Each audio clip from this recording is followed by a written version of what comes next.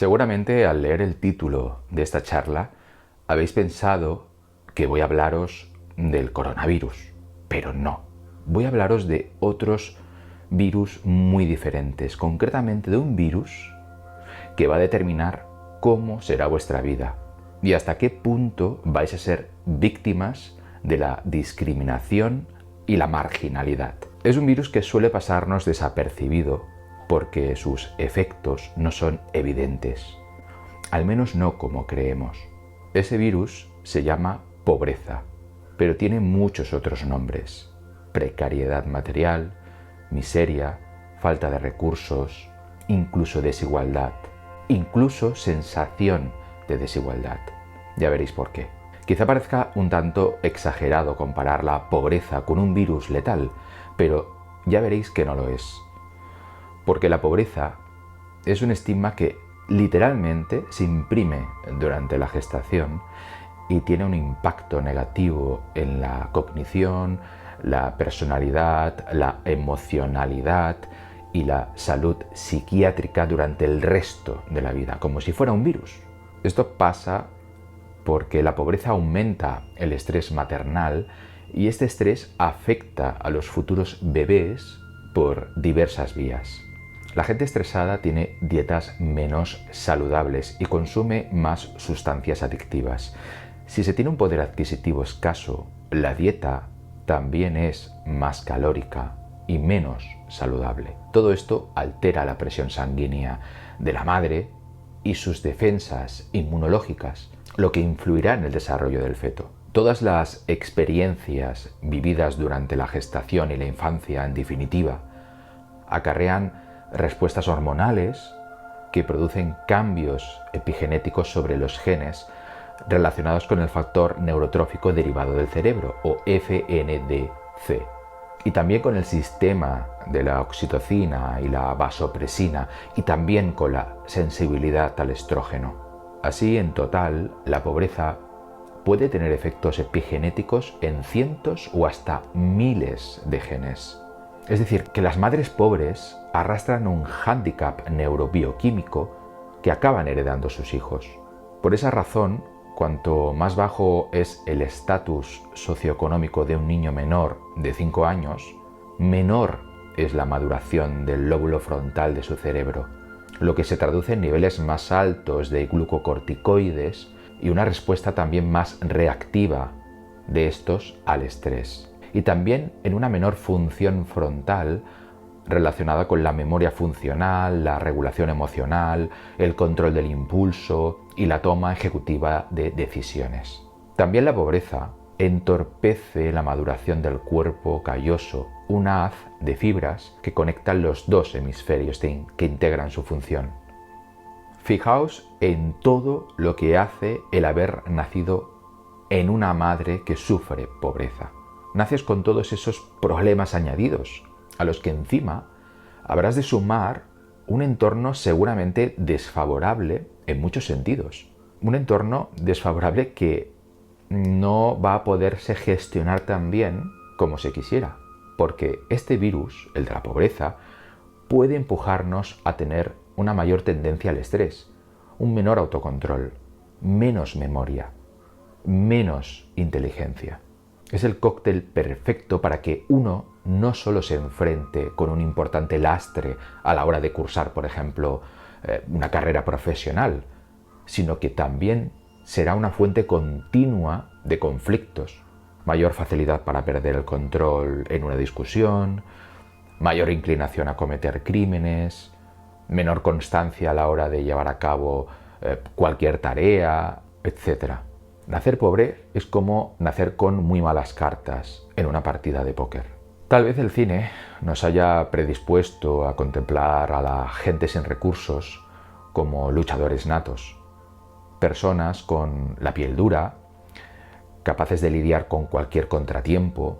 En el cine vemos ejemplos de gente que no tiene nada, pero que a través de un empeño inquebrantable logra llegar a lo más alto.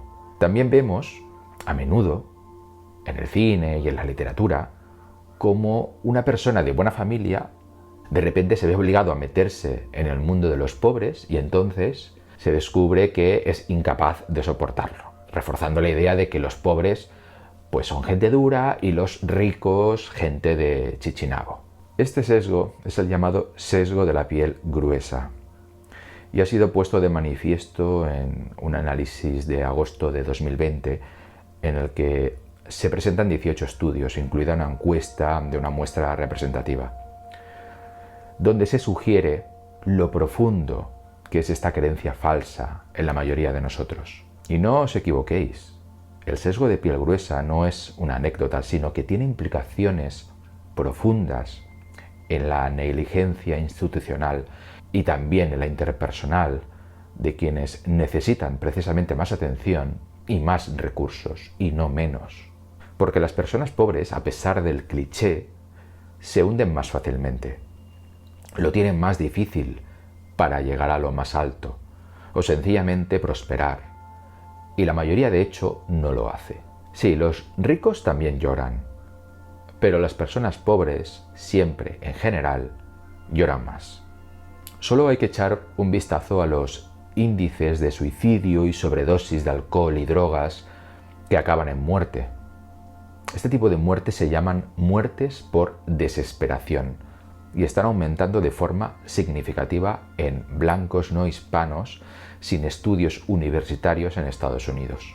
Esto pasa porque ha habido un deterioro de oportunidades laborales que afecta particularmente a este segmento social. Cuanto más pobres se vuelven los que antes pertenecían a la clase media o media baja, más habitual es que decidan autodestruirse porque no soportan sus vidas. Ahí tenéis el sesgo de la piel dura. Además de considerar que las personas pobres son más resistentes a la adversidad, también tendemos a deshumanizarlos. Esta inclinación puede llegar a transformarse en lo que se llama aporofobia, es decir, la hostilidad y aversión a las personas pobres. No solo los consideramos menos humanos de esta manera, sino que podemos llegar a sentir asco, incluso experimentar la necesidad de hacerlos desaparecer de nuestra realidad. Según una investigación realizada en 2015 por el Observatorio de Delitos de Odio contra las Personas sin Hogar, en España el 47% de las personas sin hogar ha sufrido un delito de odio por aporofobia. Y eso a pesar de que solo el 13% denuncia los hechos. La pobreza es un virus tan peligroso que incluso nos afecta si creemos que somos pobres aunque no lo seamos realmente. Sí, es como somatizar la pobreza, como creer que has sido contagiado, que tienes todos los síntomas, pero que realmente no es así. Es el reverso tenebroso del efecto placebo, el efecto nocebo aplicado al nivel socioeconómico.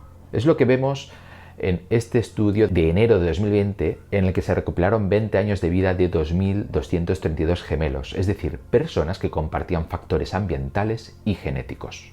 Los gemelos que creían que su familia tenía una posición social más alta tuvieron menos problemas de salud, incluyendo depresión, ansiedad, trastornos de conducta, tasa de abandonos de estudios, paro o delincuencia. Es decir, las creencias de los pobres sobre dónde se ubica su familia en un sistema social jerárquico indicaban también cómo les iba en la vida. Así de terrible es no solo la pobreza, sino también la sensación de pobreza en relación a nuestros semejantes. Es decir, la desigualdad. La desigualdad demasiado evidente no solo afecta al que está debajo, afecta a todos, porque la desigualdad afecta negativamente al llamado capital social. El capital social de una comunidad está compuesto de elementos como la confianza, la reciprocidad o la cooperación. Es decir, en las comunidades con mucho capital social podemos confiar en los demás. A veces incluso podemos dejar la puerta de casa sin cerrar o la bicicleta sin cadena. Esto es fácil de comprender porque la desigualdad económica hace disminuir la confianza, porque la confianza se basa en la reciprocidad, justo lo contrario que la jerarquía, que se basa en la dominación y en la simetría. Por eso la pobreza no es tanto por sí misma un pronosticador del aumento de la violencia, como lo es la pobreza rodeada de opulencia, tanto en Estados Unidos como en todas las naciones industrializadas, tal y como sugiere este estudio de 2012. Por todas estas razones, una sociedad que no combate la pobreza es como una sociedad que permite que un virus letal campe a sus anchas. Al final nos acabará afectando a todos, de una u otra forma. Para llevarnos un ligero sabor de boca, al final de esta charla, dejad que os dé una buena noticia. Hace 200 años, el 95% de la humanidad vivía en la pobreza extrema. Actualmente estamos alrededor del 10%. Todos los días en los últimos 25 años, de media, se ha logrado reducir el número de pobres en 137.000 personas. Cada día. Si continuamos con esta tendencia, es probable que solo necesitemos otros 10 años, quizá 20, para que desaparezca la pobreza extrema. Así que hagámoslo. Sigamos luchando por ello, sin desatender en el camino la desigualdad demasiado profunda. Porque, habida cuenta de que la pobreza es una losa para la humanidad, cada gramo que le quitemos a esa losa nos encamina hacia una sociedad más justa, más saludable y, sobre todo, más amable. Muchas gracias.